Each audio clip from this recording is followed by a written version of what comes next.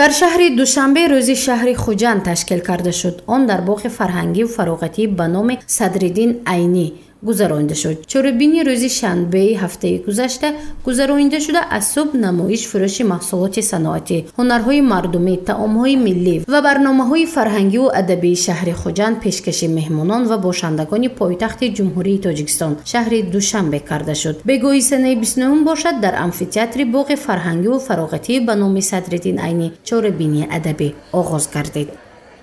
бахусус аз номи раиси маҷлиси миллии маҷлиси олии ҷумҳурии Тоҷикистон, раиси шаҳри Душанбе муҳтарам Рустами Эмомалӣ табрику таҳният гуфта ҳузури шуморо дар намоиши ҳунарҳои мардумӣ ва барномаи фарҳангию адабии эҷодкорони шаҳри Хуҷанд самимона шодбош мегӯям.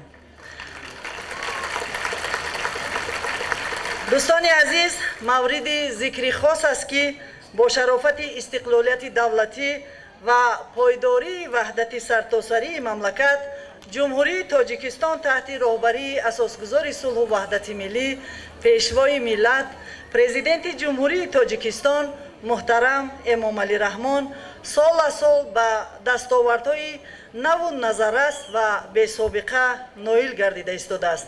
сокинони он бахусус кишоварзону ҳунармандон ва аҳли фарҳангу адаб бо заҳмату меҳнати софдилонаи хеш дар муаррифии шоистаи ин навгониҳо саҳмгузорӣ менамоянд.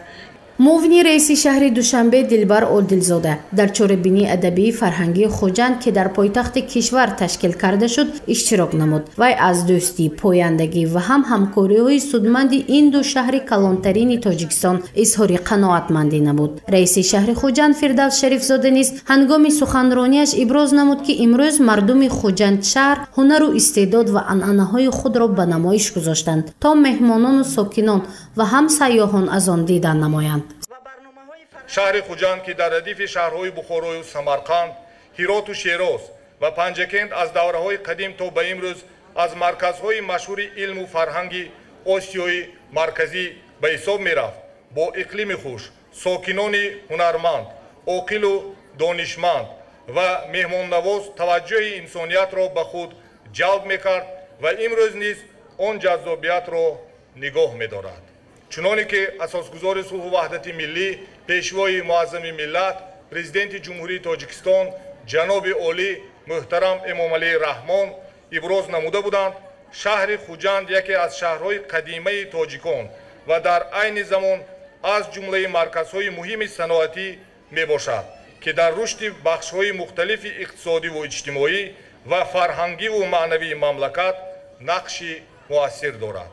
роҳбарияти мақомоти иҷроии ҳокимияти давлатии шаҳри Хуҷанд ҳангоми суханрониаш дар пойтахти кишвар гуфт ки сокинони ин шаҳр баробари дигар аз минтақаҳои кишвар барои рушди соҳаҳои мухталифи хоҷагии халқ, болоравии сатҳи иҷтимоиву иқтисодии мамлакат ва баландбардоштани обрӯву нуфузи кишварамон дар арсаи байналмилалӣ талош меварзанд. дар даврони истиқлоли давлатии ҷумҳурии Тоҷикистон бо сарварӣ ва раҳнамоии асосгузори сулҳу ваҳдати миллӣ, пешвои муаззами миллат, президенти ҷумҳурии Тоҷикистон ҷаноби олӣ муҳтарам Эмомалӣ Раҳмон шаҳри Хуҷанд аз ҷиҳати иқтисодиву иҷтимоӣ ва илмию фарҳангӣ хеле тараққӣ ва инкишоф ёфт. имрӯз шаҳри Хуҷанд ба яке аз шаҳрҳои замонавӣ табдил ёфта. алҳол корхонаҳои бузурги истеҳсолӣ, донишгоҳҳо, мактабҳо ва муассисаҳои маърифатию фарҳангӣ, осорхонаҳои таърихӣ, театри масаки мусиқӣ ба номи Хоҷа Камоли Хуҷандӣ, театри давлатии ҷавонон, якчанд қасру марказҳои фарҳангӣ мояи ифтихори тоҷикону тоҷикистониён мебошад. дар чорабинии мазкур намояндагони шаҳри Хуҷанд бо молу маҳсулот ва дастовардҳояшон иштирок намуда бо ин васила дар таҳкими ваҳдати миллӣ, худшиносии миллӣ ва тавсеяи робитаҳои судманд мусоидат намуданд. бояд қайд кард ки дар чорабинии адабиву фарҳангии ташкил намудаи Хуҷанд на танҳо сокинону меҳмонони пойтахт, ҳамчунин сайёҳони хориҷӣ ташриф оварда нисбат ба чорабинии фарҳангӣ ақидаи худро иброз намуданд.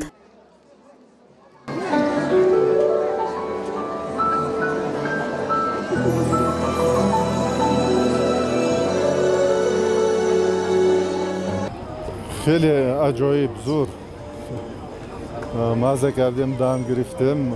جاهاتون هم زور، این پارک ها همش تازه، خیلی عجایب. دیگرگونی ها، این ساختمانی ها همش دوشنبه شهر عجایب شده است. همین ترقیات همین ها بردوام شود هر دایم. ما از ازبکستان، از ولایت تاشکند، ناحیه بوستانلق، طرفای چیمگان، چارواق، همین طرف اومدیم. با ملتمو تاجیک، مکتب تاجیکی میخوانیم. در طرف ما هم مکتب های تاجیکی بسیار، تاجیکا بسیار زندگی میکنن. برای همین ریسپوبلیک تاجیکستان پایتختش من دوشنبه برای تماشا کردن آمدیم.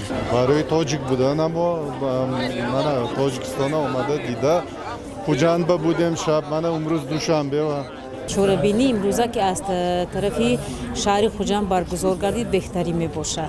مقام زن در جامعه امروز خیلی بلند رسیده است. از پیش از همه دستگیری های اساسگذاری صلح وحدت ملی برای بلند برداشتن مقام زن، یعنی که در همه کارخانه ها در صفی سردار همچون سردار زن مادر همچون در همه ساحه ها پیشرفت هستند و خیلی خوب کار و فعالیت می نمایند.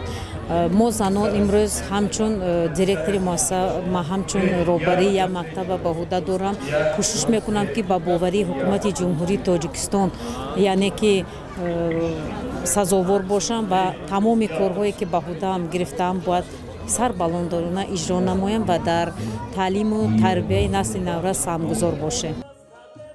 چوربینی فرهنگی با مناسبت روز شهر خوجند در شهر دوشنبه بگاهی سنه 29 ایول آغاز گردیده بیش از 3 ساعت ادامه کرد. در آن هنرمندان کنسرت ادانه تشکیل نمودند تا طبع حاضرین بولیده شود. از خیرت آراسته روح و روان را تاج بر سر کرد از نو تاجیکان را، چون غمی تاجیک غمهای جهان خود، نامی تاجیک را به پهنای جهان برد. قهرمانی تاجیکیستان، قهرمانی تاجیکستان. مقصد اساسی برگزاری روز شهر خوجند در شهر دوشنبه این تحکیم وحدت ملی، خودشناسی آن و با این وسیله توسعه رابطه‌های سودمند محسوب می شود. گزارش مفنشکر و نعیم جان ایوبов برای برنامه اطلاعاتی خبر از پایتخت جمهوری تاجیکستان شهر دوشنبه.